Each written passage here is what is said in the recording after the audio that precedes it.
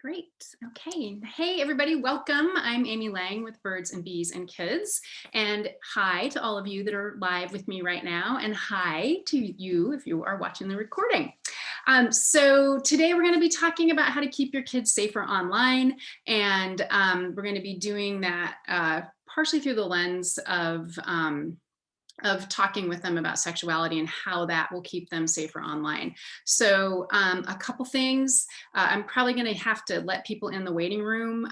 So I might get, my train of thought might get disrupted, but I will do the best I can to make that as flawless as possible. And what was the other thing? Oh, I think that's it. So let me grab my slides just a sec. And we'll get this little party started. I mean, the party's already started. Let me see here. Okay, cool.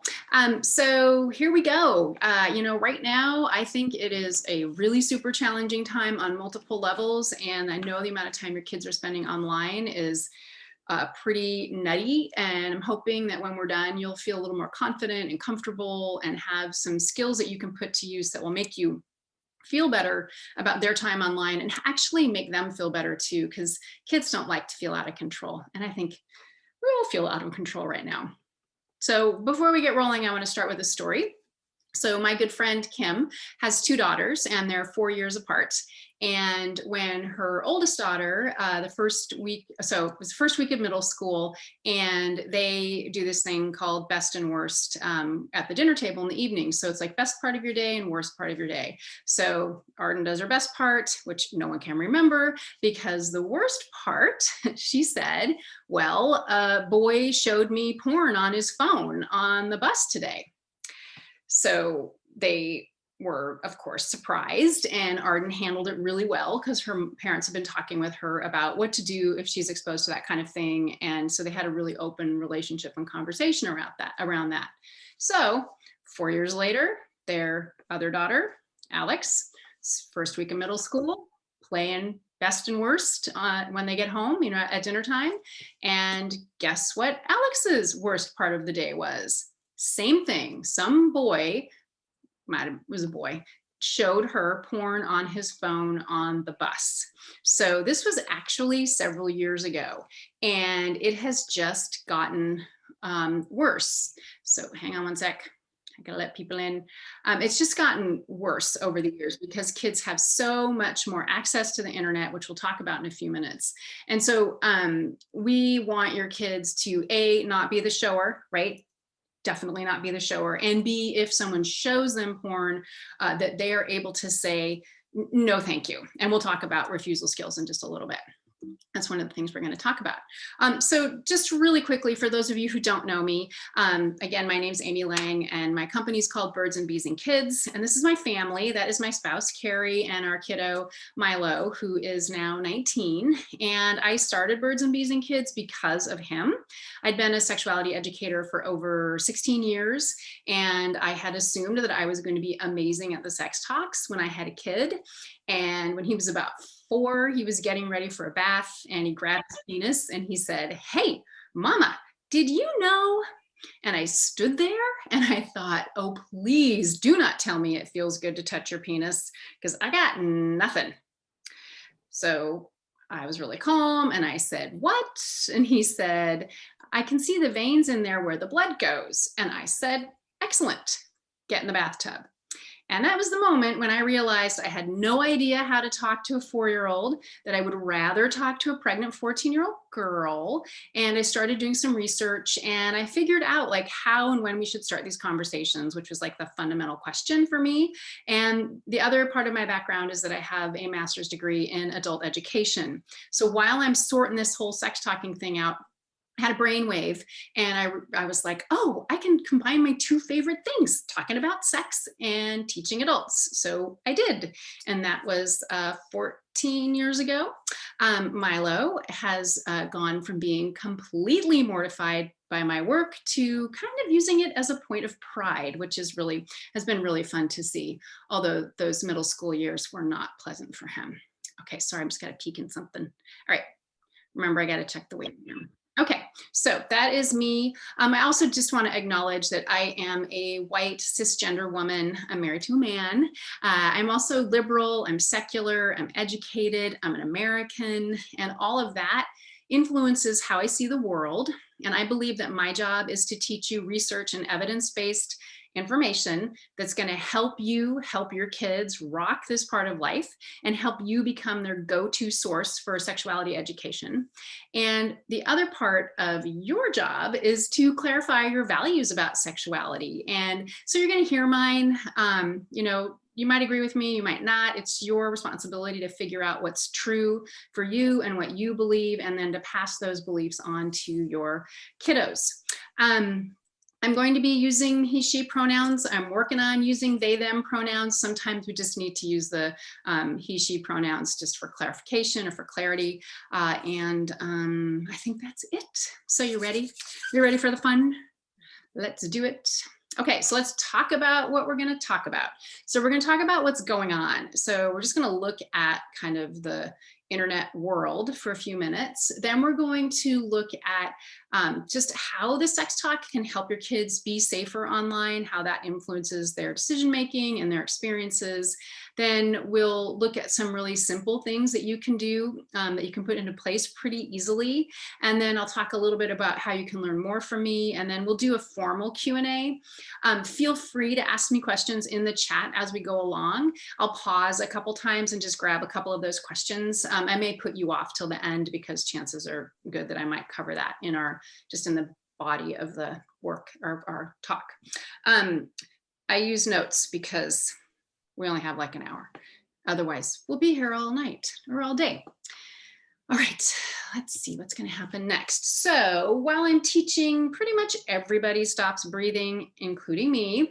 So we'll have these beautiful slides of nature just to remind us to take a breath. So even if people are staring at you, I just highly recommend you do this. It'll help calm your neurological system. So let's just take a big deep breath. Here we go. One more.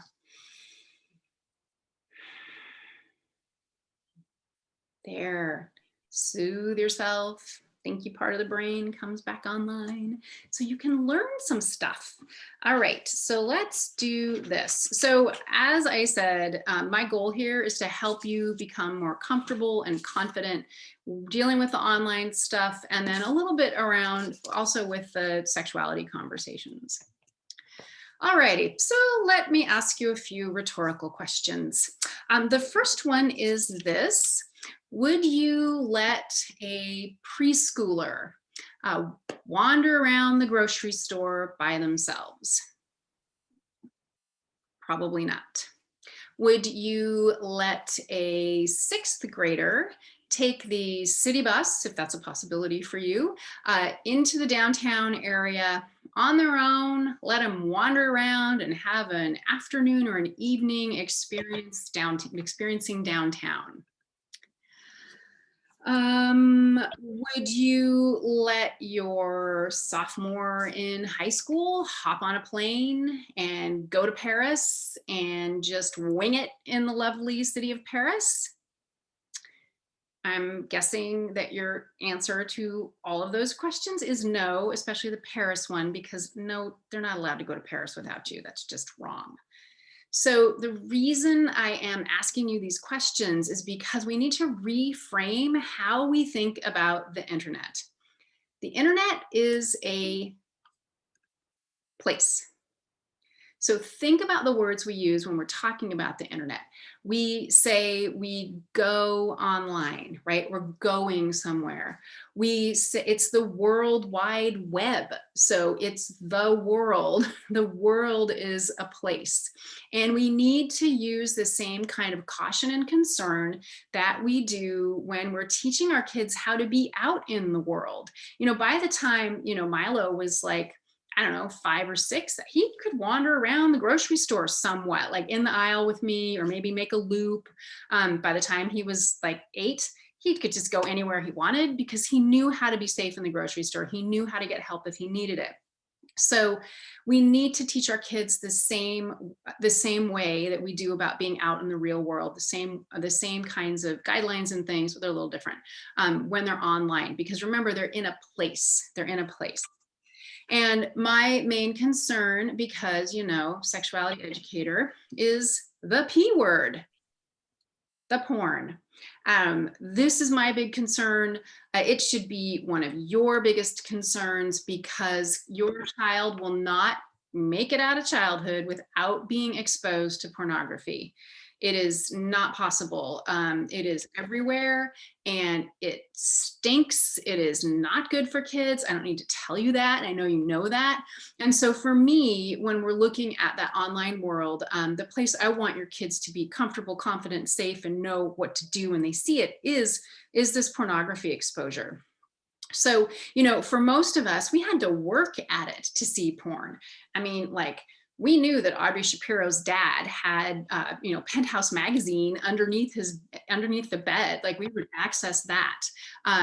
Some of us had to try and squint through the horizontal lines of HBO in the middle of the night. That's one of the ways we could see porn. So it got easier, right? Everything got simpler, got easier to access. But right now it is the most accessible it has ever been, ever in the history of the world. So I don't want to freak you out too much, but I'm going to freak you out a little bit. So here's nature. Let's take a breath so you can keep learning. Here we go. Thank you. So one of the things I like to do is to have you help me out here. And I'm going to ask you to put some things in the chat. And what I'd like you to do, I got to get the chat up. Where is it? Is I'd like you to just take a minute. Oh my goodness, where is it? There we go. I'd like you to take a minute and just pop in the chat all the devices you can think of that your kids can use to get online. So all the devices. So obviously I already said phone, right? We all know kids can get online if they have a phone. So what are some of the other devices that you have that kids can get online with? And just toss them in the chat and I'll make a list. Okay. iPhone, iPad, computer. I'm not going to write them down. Laptop, PC, Chromebook, TV, home laptop, computer, TV, smart TV, couple other things. All of the above. School computers for sure. Yep. Tablet. There's one thing kids spend a lot of time doing together. Very good. Yes. Game devices, right? Gaming devices. Absolutely. Anything else? Anything missing? Oh, here, I gotta get these kids in. Yeah, friends of all of the above, right? And then all of their friends have access to these things. Okay, so when I have a lovely assistant doing this, we end up with usually a list of between around a dozen different ways kids can get, different devices kids can use to get online. So that is a lot. Watch is one of the things that y'all didn't quite grab. So here's my next question. What are the different locations kids can get online? So what places can they get online? So obviously they can get online at home, right? So where else can they get online?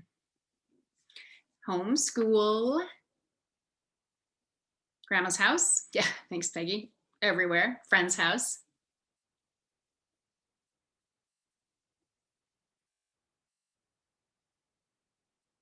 Library, anywhere, yep. School bus, airport, yep.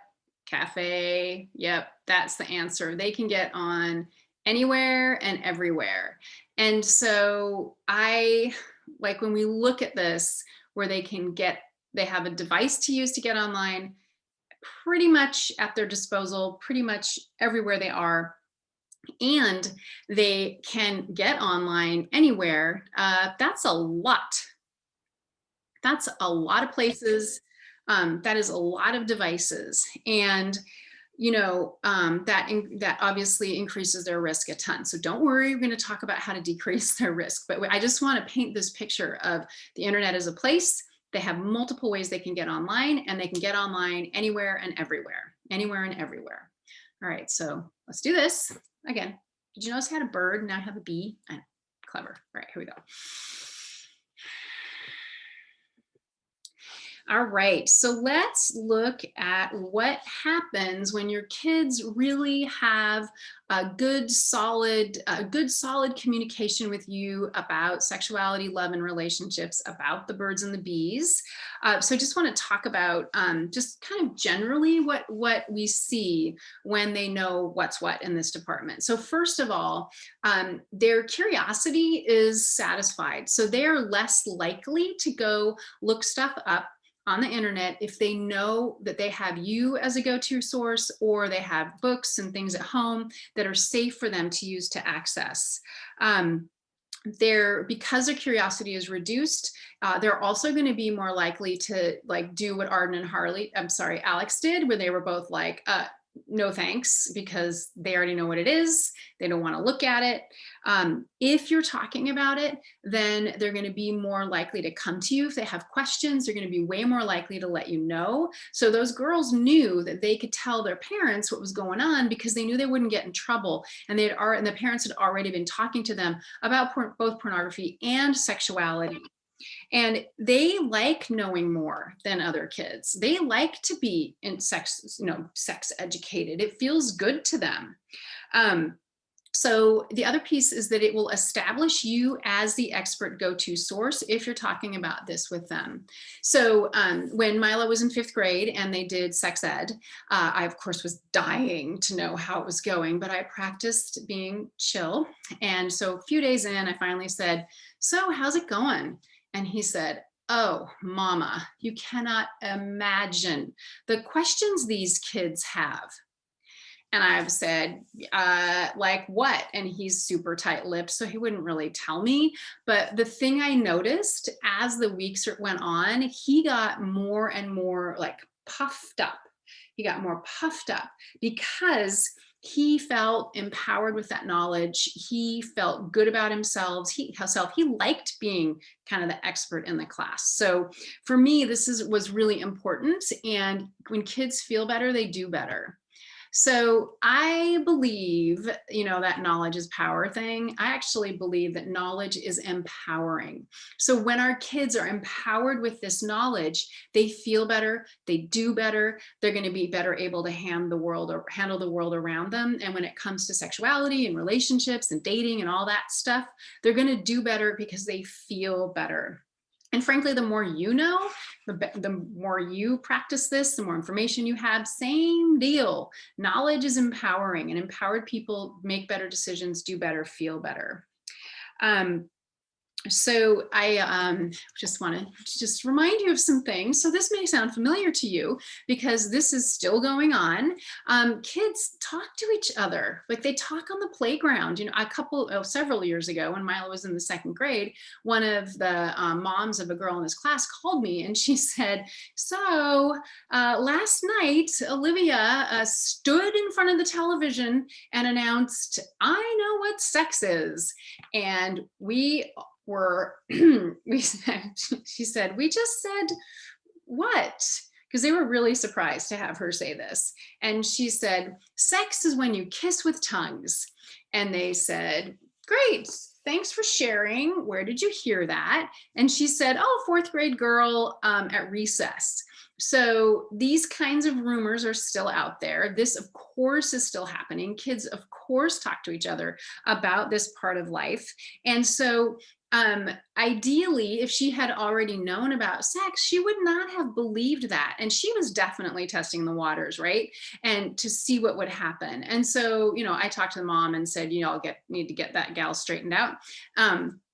Which they did. And so right now, that was like 103 years ago, or 12, since I'm not great at math.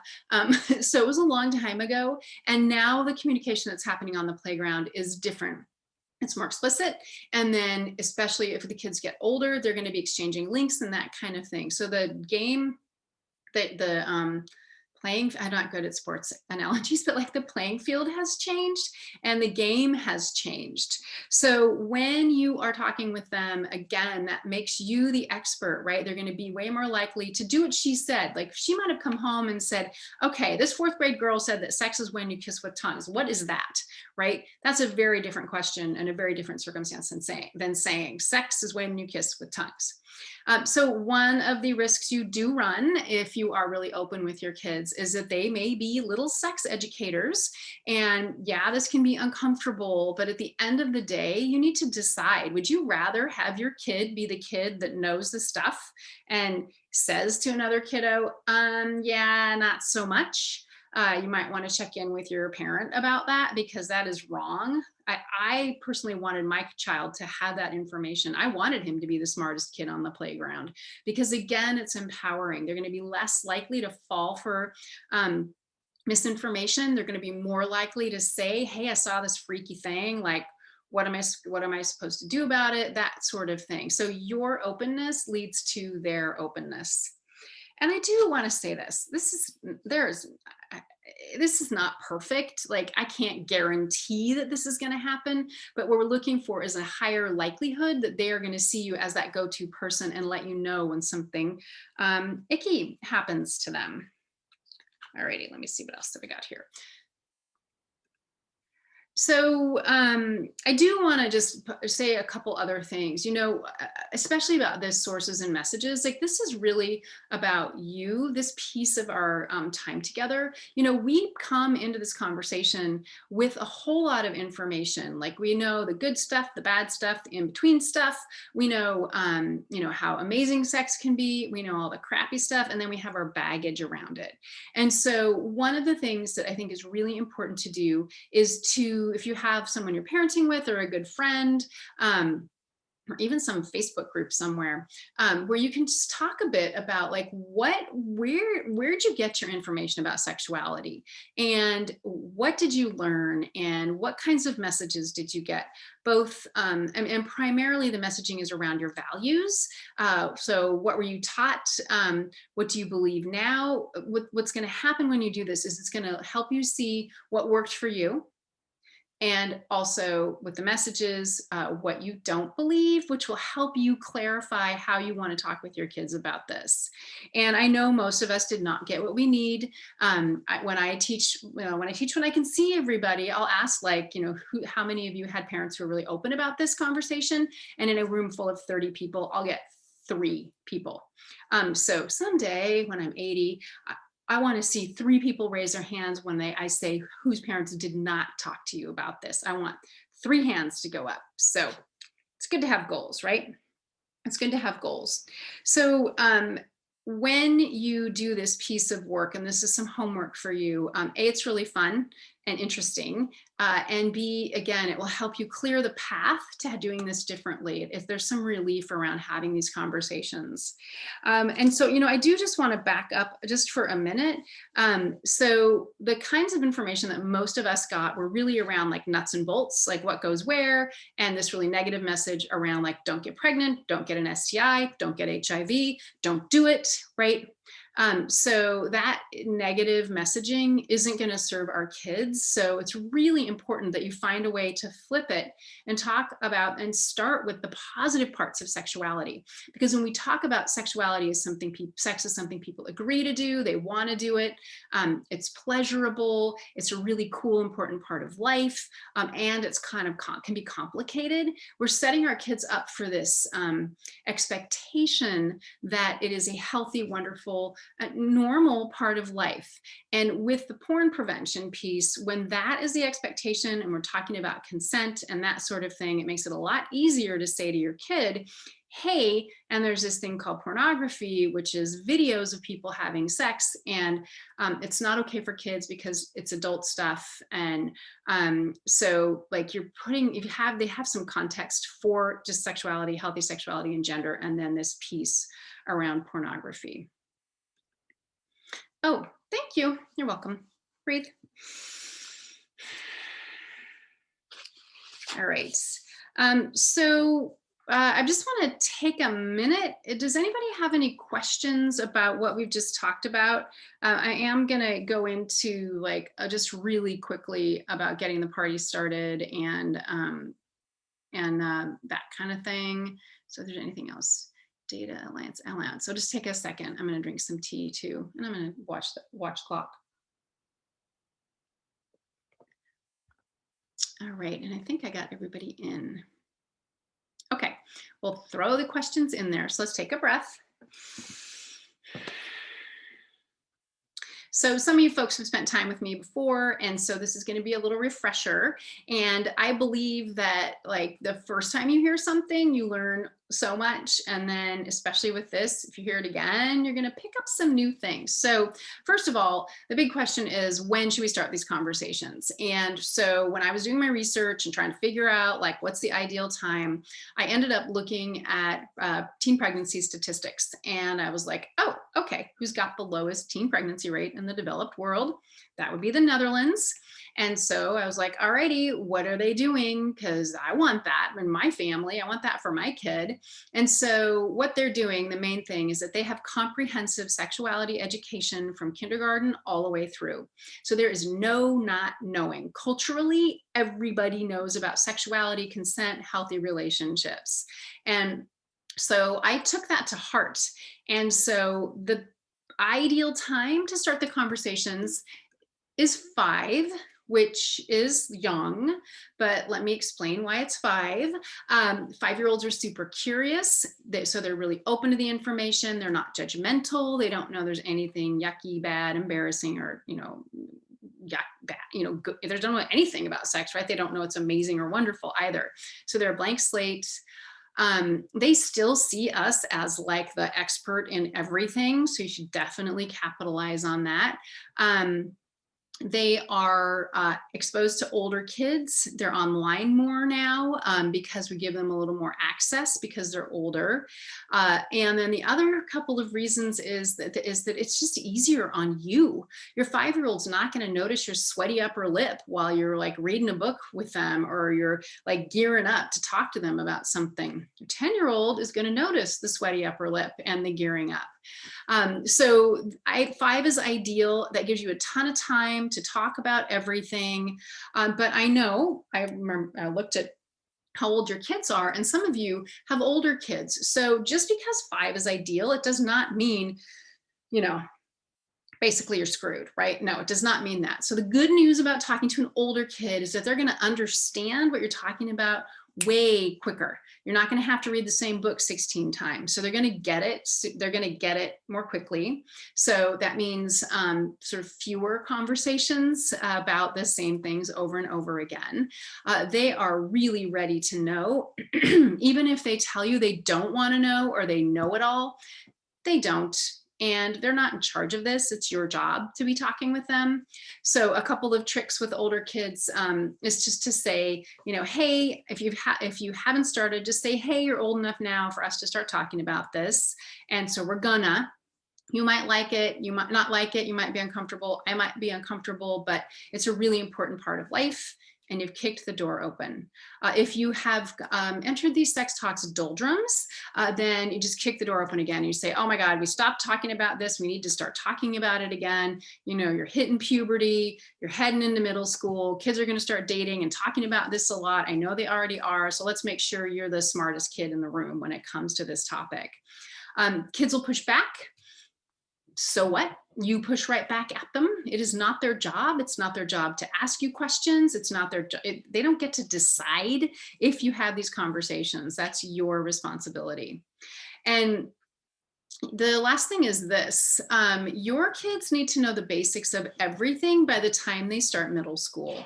And so by everything, I mean everything, like from hard stuff like abortion, to orgasms, to pleasure, to different ways of having sex, healthy relationships, consent, like everything, birth control, STIs, masturbation, what healthy sexuality looks like.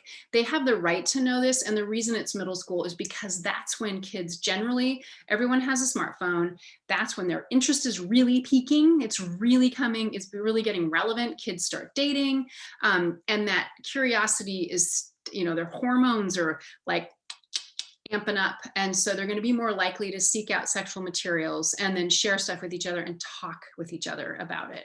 So if your child is well informed going into that stage of life, it reduces their curiosity.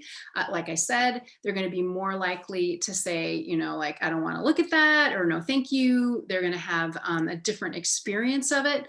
Kids who get porn exposed, just so you know, most of them are like, no, thank you, and don't go down the rabbit hole, but some do, and you really cannot predict if your kiddo is going to go down a rabbit hole. So it's actually safer to just assume that they will, so you can put everything in place to protect them. All righty, let me see. Missed the boat, blah, blah, blah, blah, blah.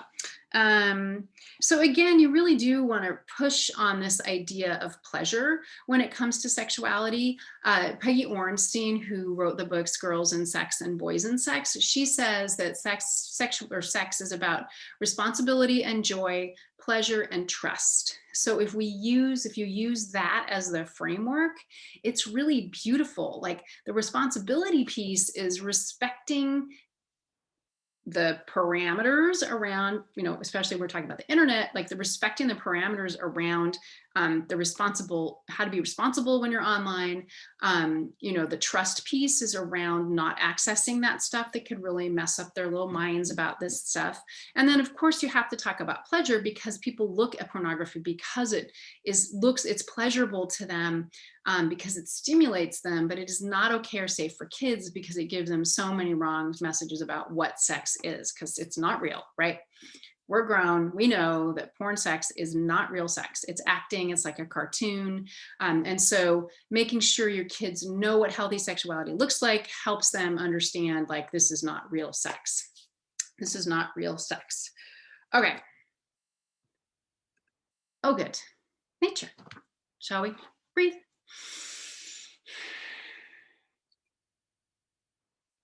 Okay. And I'm just going to check on the chat real quick. I see something in there. Okay, cool. Oh, kids on the spectrum. Okay, thanks, Peggy. Hey, when we get towards the end, we can talk about that, all right?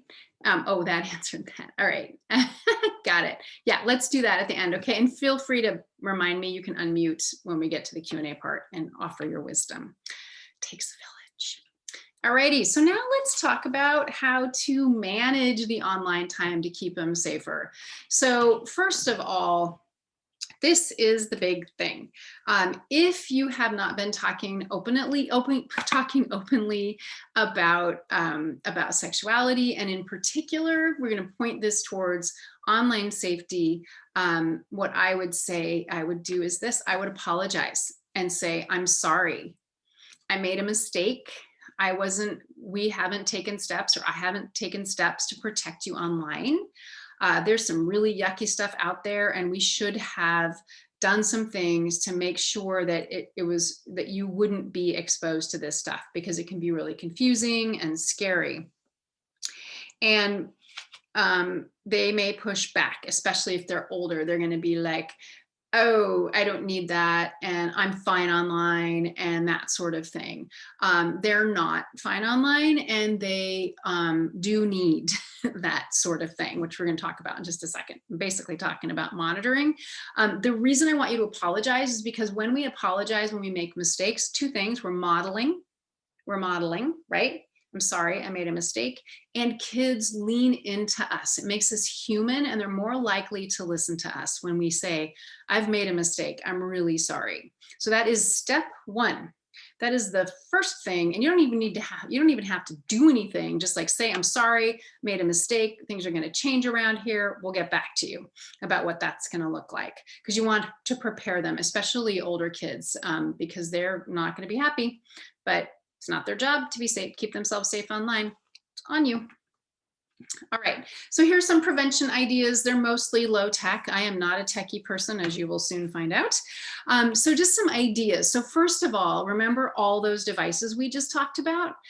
So a general rule of thumb, COVID times makes this a little different, but they should have 2 devices that they can access the internet on, and in the before times, just 2 hours a day outside of school time. Now, I think if this is possible for you to do now, I think that's really important. We need to get off screens. I know you know this, and I also know that it is really hard because we use those screens to keep our children entertained and also just a little bit away from us, right? So looking at 2 devices, maybe 3 devices. The Chromebook for school doesn't count. So it's 2 extra other devices in your family. The next thing is having hanging out rules. So someday when we're all ready to be together again, having rules about like, you can't be online in any way for at least 2 hours before you can do anything online. And this gets harder as they get older. But having in place like a family rule around that, especially if your kids are like fifth grade and under, there's tons of stuff they can do. We all managed to play without the internet. So have some rules, talk with your kids about that, what that's going to look like, and then you need to enforce them when other kids are at your house. So figure out what are hanging out rules. Same with online. How long can they be online with their friends gaming or whatever? What does that look like? What are the hours of operation? That sort of thing. Refusal plan. So this is how you're going to help your kids refuse, or it's not the quite right phrase. So if anybody has a brilliant moment, I would love to know it, but how to refuse when they see porn online or something uncomfortable online, because it is not just porn. I mean, there's a lot of awful crap out there online. So the refusal plan is this. So if they are on a device that they have that's under their direct control, tell them that if they see something they see naked people, video of naked people, anything that feels uncomfortable, scary, creepy, then the rule is, and with elementary age kids, saying the rule is actually, for most of them, is they like to follow the rules. They don't want to get in trouble, that you need to turn off the device, shut the laptop, and come and tell me. This is the most important thing. You need to say to them if they come to you, what you need to tell them is that they will not be in trouble. You will not be in trouble if you see something yucky online. I just want to make sure that you're safe and that you're okay. So talk with them about that. And so that is like when they're on their own refusal plan. Even if they go down a rabbit hole, you should say that too. So if you keep looking, you can tell me this stuff can be really weird and creepy and scary. And so I just want you to feel okay, and we'll want to make sure that you're okay and feel okay, and to make sure you're safe. So that's on their own. So when they're with other people, you need to have a conversation with them about what would you do if. So when Milo was about 8, he was going over to his best friend's house. We were on our way there, and I was like, hey, so what would you do if you and Ethan are online and you see like videos of naked people or something that really feels yucky or uncomfortable? What could you do? And he said, well, I would stop looking. And I said, great. And what else could you do? And he said, I'd tell Terry, his mom. And I was like, excellent idea. Anything else? And he's like, I don't know.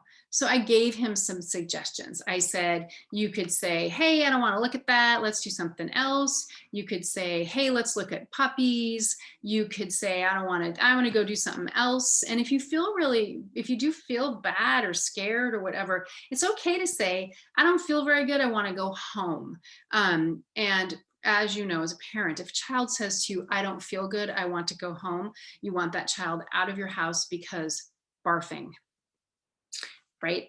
Yeah. So give them some ideas of what they can do. For older kids, my 2 favorite responses are if like those kids on the school bus showing the porn, my favorite response is if that happens, that your kid is just coached to say, dude, I think looking at porn is a solo activity.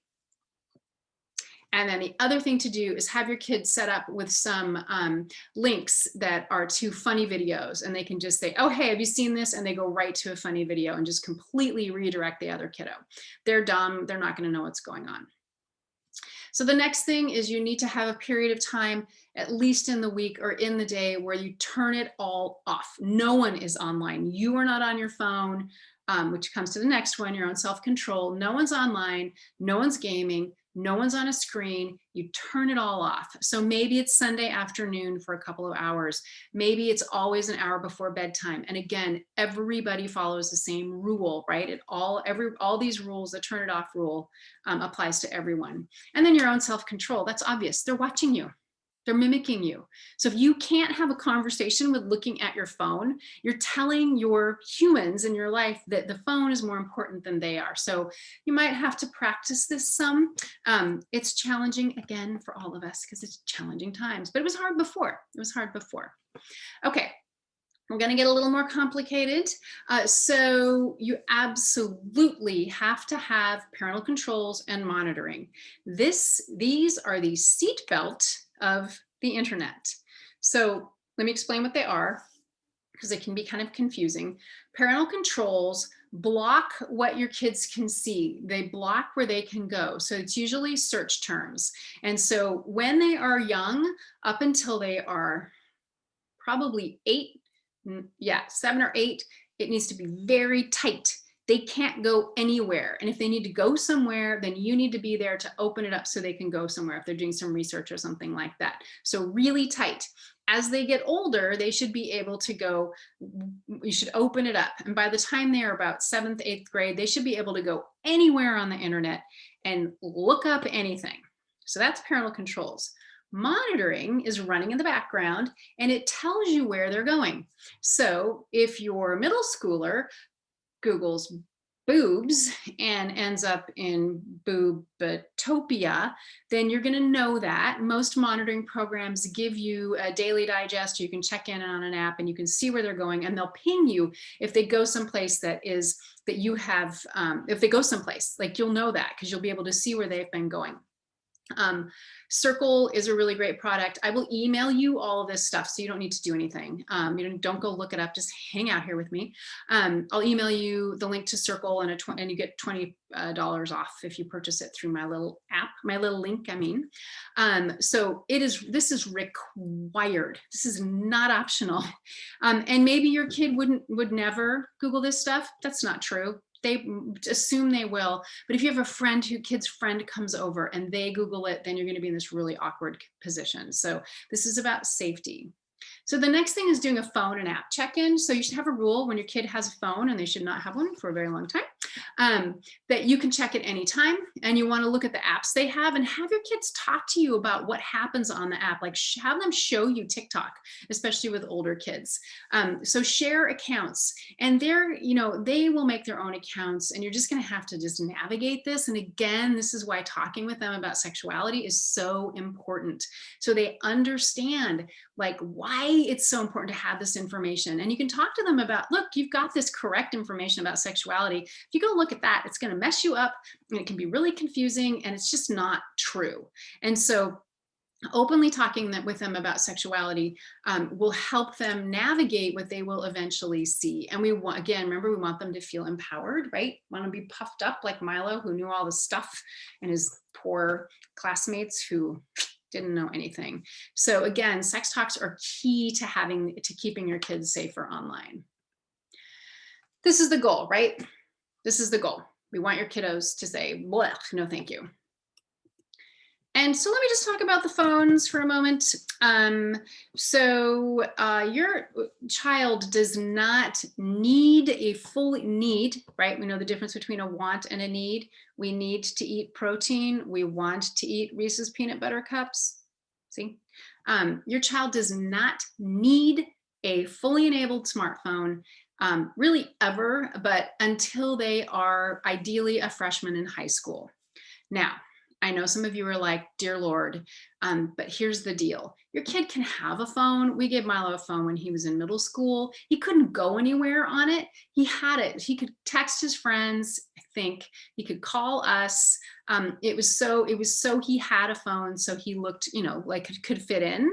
But the reason people should not have smartphones is because of that impulse control, that self-control. And again, they don't need it. They don't need it. If your child already has a phone, which I'm sure some of your kids do, lock it down, get everything off of it. The only thing they should be able to do is communicate with you, maybe a couple of safe go nowhere apps, but really, really keep it tight, because the phone is where kids are getting exposed really frequently. And, Milo was really pissed at us because we wouldn't let him have the whole thing. But when it was time, I think maybe we did in 8th grade, he paid for half of it, and he got the phone he wanted, and he was really respectful of it. And so that's what you want, right? It is a privilege, not a right, to have a phone. It's a privilege, not a right. So sorry, I'm getting a little ranty, but I'm opinionated. You already knew that. Okay, so one more story and then a handful of other things. So actually, I'm just going to pause for a second. I see that somebody might have a question, so let's just talk. Let me check that out. Oh, let's see. Okay, what if you find they have searched for certain things? So you need to have a conversation with them about what they searched for, what they saw, and then whatever it is, you need to talk about like how it's not okay or safe to look for those things online, because there's really grown-up stuff out there that can really mess with their heads, and then point them to a safer resource like a book or something like that, where they can be safe and get age-appropriate information. Comprehensive tweaking settings on devices. Oh, yes. Sorry, Peggy. I think that Circle that I talked about is really easy to install, and they have really good customer service. So again, I'll email that to you. You can check it out. I am not techie. But yeah, I think that Circle and that kind of thing would be really, really helpful. And then age 8, how old is that? Like what grade? Is that 3rd grade? Is that what you mean? We'll find out. Okay. Do you want to pop in? Oh, yeah, sorry, grade. Yeah, 3rd grade. 3rd grade. Okay. So one more little tale. So when Milo was in, I think, 7th grade, he was having an adolescent fit. Some of you may be familiar with this. And we're out, he's just complaining, is like, and this sucks, and that sucks, and this is terrible. And then he said, and I hate the monitoring. And I said, why? And he said, because I can only go to like 3 or 5 websites, and I hate it. It sucks. So the reason it says free range like a chicken is because we had no parental controls. He could go anywhere he wanted, and he was flexing that muscle of self-control. He knew we were watching, so he behaved better. And so after that happened, I was like, oh my God. And I ran downstairs and I found Carrie, my husband, and I was like, Custodio, that's what we were using, is working. And because he was learning how to be careful online because he knew we were watching, which is good news, right? That's what we want. We want our kids to be able to flex that muscle of self-control and feel confident and more comfortable. Even though he didn't like it, he knew what he could see out there that was not going to be good. And, chances are high he'd already seen it too. Ugh. Oops. All right. Let's do a breathing. Thank you. Okay, so at the top we talked about, I mentioned that Q&A would happen at the end, and we're just about there. But before we do that, I hope it's okay if I talk to you a little bit about how you can learn more from me, and then we'll get to the Q&A stuff. So it'll just be a minute or 2.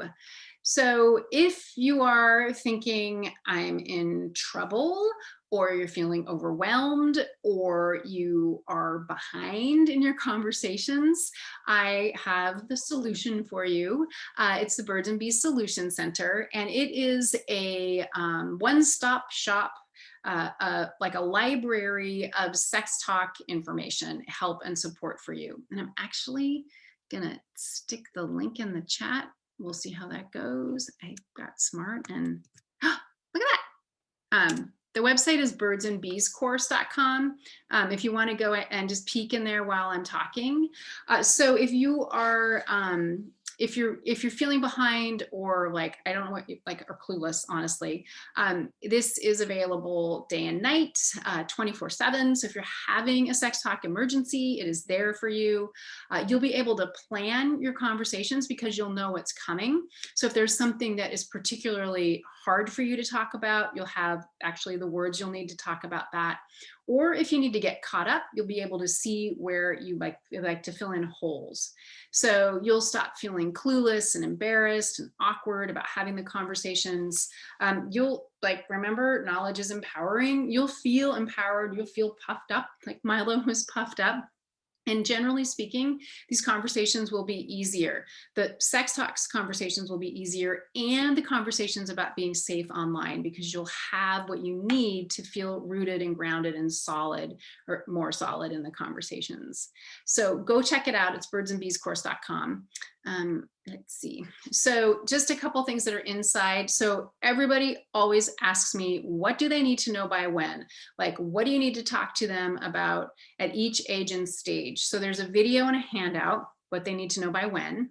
And like I said, they need to know everything by middle school. And so this video explains what they need to know in detail, how to avoid too much information. And it's chunked out into birth to 4, 5 to 8, and 9 to 12. And this, again, is something like, if I did nothing else but talk about this, the world would be, well, my people would be super happy. But, there's more to it than this, right? All right, couple other things. So in regard to the conversation we're having right now, there is a video there called Poison Porn, Your Kids in Porn, that I have done with my colleague, Joe Langford. And this is where we really dig more deeply into the issues regarding pornography. We talk more about the industry, more about the impact on your kids, and just more ideas for how, words to use to talk with them about this. Let's see what else is happening there. So there's also videos on how to raise respectful boys, talking about girls and sexuality. There's one on puberty, so you can have those conversations. I'm trying to think of what else is in there. There's a video on gender, which is a big deal right now, as I know you know. And then just for you, there is a video called The 7 Steps to Make the Talks Rock, which leads you through how to have the conversations. And then my magic sex talk formula, which turns a talk conversation, makes it really simple, because you can follow this really simple formula to make them conversations easy on you and on them. I'm trying to think if there's anything else. Oh yeah, so with the Solution Center, it's going to give you a roadmap, and so you can avoid TMI. You'll feel more comfortable and confident, because you'll know what you're supposed to be talking about instead of winging it. And speaking of winging it, so because of the COVID, I've added this, I'm calling it Sex Ed at Home, because sex ed is the first thing to go, even in regular times, when it comes to kids' curriculum. So we expect them to have it in 5th grade in most places. So what I've done is I've pulled together an example of a really good school curriculum from Advocates for Youth. And then I curated videos and books for kids that you can show the kids the videos, you can get the books to read with your kids, and some tips for talking to them. You don't have time, right? You don't have time to do this. So I've read all the books, I've watched all the videos, and they are age appropriate. So 2 to 5-year-olds, 6 to 9-year-olds, and the 10 to 13-year-olds. And is there more? Yeah. So one more story, and then we will roll on. So I have a mom that has been using my stuff for years, and she emailed me, and she's like, okay, I feel like a rock star.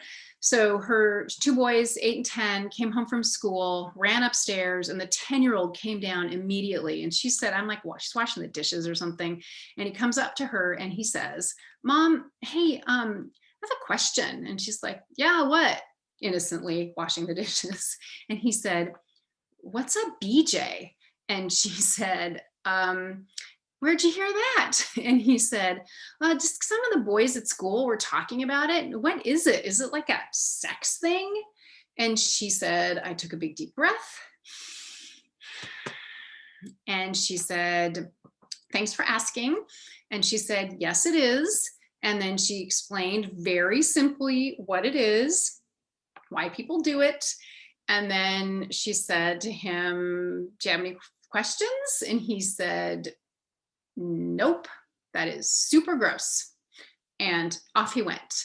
And she said that without my help and support and this information that she had through me and from me, she never would have been able to have that conversation. She said she was so proud of herself. And I know that you need help. It's all here, and it can help. You can become like a BJ conversation having person with your kid. All right, so let's talk about the fee. So I did have it as a like a membership thing, where it's $15 a month, which is $180 a year, but I just changed it. It's a one-time payment of $69. So you're one and done. You have access forever. I upload new videos when I have new topics, and if you use the code BIRDS, you get 15% off. So like I said, feel free to go look at it. It's Birds and Bees course. And so yeah, that's that. So everything you need right there to make you your kids' go-to source for the sex talks, and then the internet safety and porn talks. Cool. So let's do this. Any questions about the Solution Center? And any questions about everything else? Okay, let's see. I see. Dun, dun, dun. Let's see. Oh, UK. Okay. Yeah, Samantha, I don't know. I guess it's like second, third, fourth grade would be my guess. All right. Oops, there we go. Sorry, what am I doing? I'm touching things. Sorry, not myself. All right, Meg, what do you do when they notice a friend's parent plays Pornish video games on their phones? It sounded to me like a Candy Crush game with cartoons of really very busty women. Where's my thingy? I mean, what do you say to your kid? So you can just say, oh, hey, so-and-so was playing a game. And, you know, sometimes grown-ups play games that are like kid games, like Candy Crush, but but sometimes like he was playing a game with pretty women. So I guess he thinks that's fun. You know, I value, not for kids because it's kind of grown-up stuff. And then just kind of leave it at that. And they may say like, why, what? And you can say, you know, sometimes it feels good to, you know, older folks to see those kinds of things. Amy personally thinks it's really weird and gross to play a game like Candy Crush with busty women. So like, anyway, sexist, anti-feminist. So I don't know if that helps, but you just want to talk a little bit about like why they might do that. They think it's funny. They like looking at busty women. That's what some folks like to do. And then the violent thing, good luck. I didn't even know there was such a thing. Thanks for asking. If I'm totally unclear, feel free to, you know, ask me to clarify. Yeah, so anyway, thanks. Great, okay. Anything else? I'm here at your mercy. You know what? If you want to just unmute yourself, go ahead and you can just ask a question. 11 p.m. there. Thanks, Samantha. Yeah, good night. So I'm trying to think if there's anything that may have come up before. So I think one of the things is that like when you're entering this porn conversation with your kids, one of the things that makes it so much easier is if you already are talking to them about sex, because then you can put it into context. So then you can say, and sometimes people like to look at, like you can say older people, because that encompasses like everyone kind of older, like to look at videos and pictures of people having sex and doing sexual things. It feels good to them in a sexual way. And then you're going to talk about how that's not okay for kids to look at that because it's too grown up and it can be really confusing and it's not true. It's not real sex. It's like watching a cartoon, like, you know, Superman can't do that. And people don't do the kinds of things you might see in porn.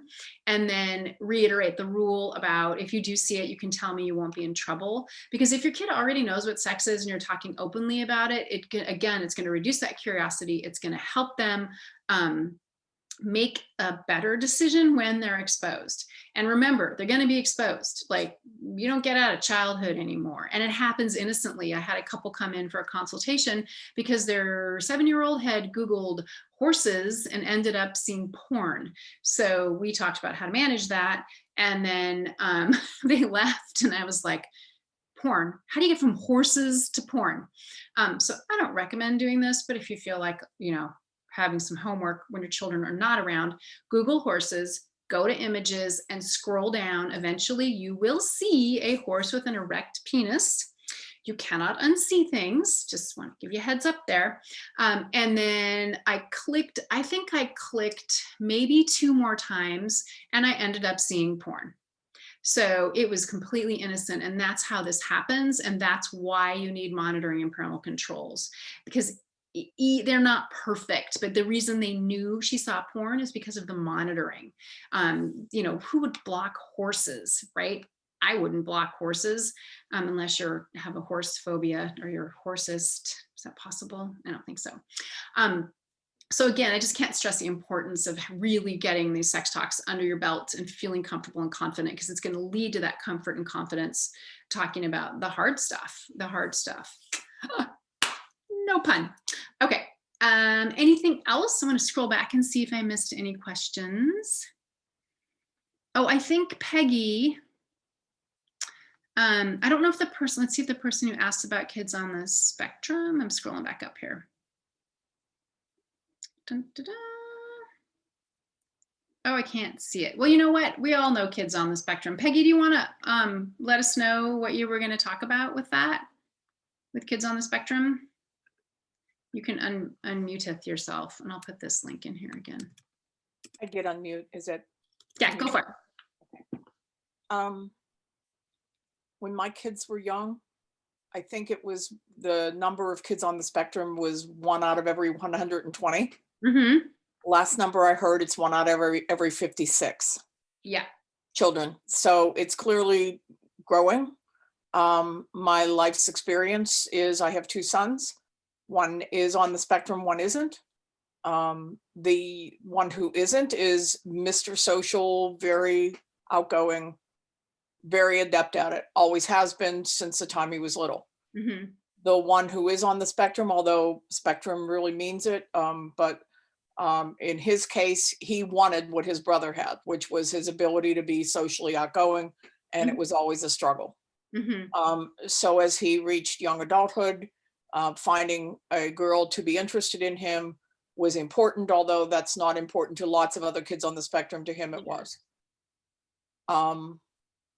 I didn't prepare him well, and he wound up in a very short-term relationship with a young woman who is much more interested in being pregnant than she is in being a mom. Mm. And so a pregnancy ensued. I love my grandson to death. I wouldn't do anything to trade what I have with him. However, back then, if I had had my choices, you know, this would not have been my son's situation. Yeah. So your material, if it's important to every parent, it is crucially important, because in order to please a young woman without the depth of information that he should have had 10 times over for a kid on the spectrum about how people manipulate and how people who want something from him can get it, you know, he wound up in a situation that would not have been of our choosing, as much as we love my grandson. Yeah. So I really encourage anybody who has kids on the spectrum to really go out of their way somehow, some way, with difficult social situations. It isn't just about the sex itself, it's about manipulation, which happens very, very easily for kids on the spectrum. Yeah, thank you so much for that. I think that's helpful to everybody, because we all know someone with a kid on the spectrum, and you know, your experience is, you know, heartbreaking, but your grandson is so lucky to have you. Yeah, so thank you so much for sharing that. Thank you so much. And that goes for everyone, right? Like there's so much more than just parts and wholes. So yeah, thank you. Oh, so Meg is wondering, could I say again what you say about what porn is to kids? So what I would say, assuming they know what sex is, right? So what I would say to a kid who's like 8 or 9, I would say, hey, there is this thing, you know what sex is, right? And it's a really cool thing that's for later in life. Sometimes people like to look at videos of people having sex. It's called porn. So you're going to say what it's called. It's called porn or pornography. It is not for kids. It can be really scary and confusing to look at. Some people, older people, like to look at it because it makes them feel good in a sexual way, but it's not really healthy, because that's not what real sexual relationships look like. It's kind of like a cartoon. And then, so the rule is, if you see it, blah, blah, blah, won't be in trouble. Won't be in trouble. So I hope that's helpful. There is one book about keeping kids safer for kids about porn. It's called Good Pictures, Bad Pictures. Look. And it is, it's all we've got. It's pretty good. I actually, it's actually pretty good. There's some parts of it that I don't agree with, but it gives like it talks to kids about what porn is and the impact and that kind of thing. And there's Good Pictures, Bad Pictures Junior for kids who are up to age like 8 or 9, and then Good Pictures, Bad Pictures Senior. So it is a good enough resource. I'm hoping that some of my sex positive pals will write a book that's for kids, but it's got a little bit of a different take, just in terms of being sex positive in general, not anyway, so Good Pictures, Bad Pictures is another resource for your kids. So anyway, well, I just want to be respectful of your time. So I'm going to say thank you. I do have one favor to ask. So I will send out, thank you, Peggy. I'm going to send out the recording. I'll send an email with a whole bunch of resources in it. So don't worry about that. You don't have to go dig them up. It'll probably be tomorrow. But here is my favor to ask you. I would really appreciate it if, when I send you the emails tomorrow with the recording link, if you think this conversation would be a good one for your PTA or parent group you're involved with, would you connect me with them or just email me back and we can talk about how to do that? Because I would love to get this message into the hands of more folks. I don't do those for free, but I can help with, I have some ideas about fundraising kinds of things and stuff like that. So if you don't mind, that would be awesome. I'll put a little reminder in the email, and I totally appreciate your time. Thank you for showing up live. And for those of you who are watching the recording, thank you for spending whatever part of your day that you're spending with me. All right.